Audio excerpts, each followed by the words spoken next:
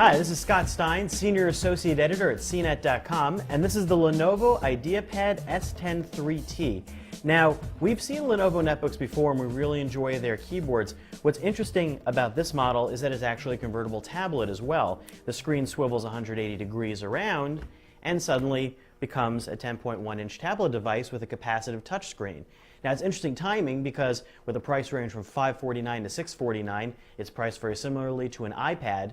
And the question is, does a 10-inch device like this with flash, with the ability to have USB ports and a full hard drive, does it compete well and offer something that's competitive or even superior?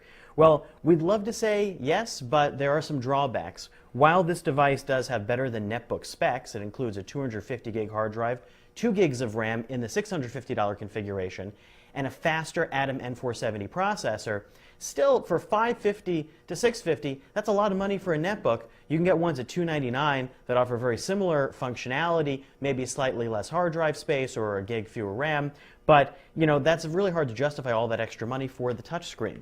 And as far as the touchscreen, while we love the fact that it's capacitive, which means like an iPhone, you can touch the screen without having to press on it using a stylus or using like the old-fashioned tablets do, it's a little bit laggy and it has a little bit of a slow reaction time with some of the programs that we use. Although Lenovo does have a really nice set of natural touch apps that include an ebook reader, media player that you can enjoy on some really nice large stereo speakers that are included. But again, the experience is sort of a little bit laggy and it's not quite as fast as we'd expect, and the battery life unfortunately is pretty low. It's under 3 hours on our tests, which won't really last even a long plane flight or even a medium plane flight. So we may prefer watching our movies on our smartphone with a battery life like that. So another interesting thing to point out about the S10 3T is the keyboard. People love to know about netbook keyboards and if they're comfortable. A lot of them kind of get a little bit shrunken down. You feel like you're in a dollhouse.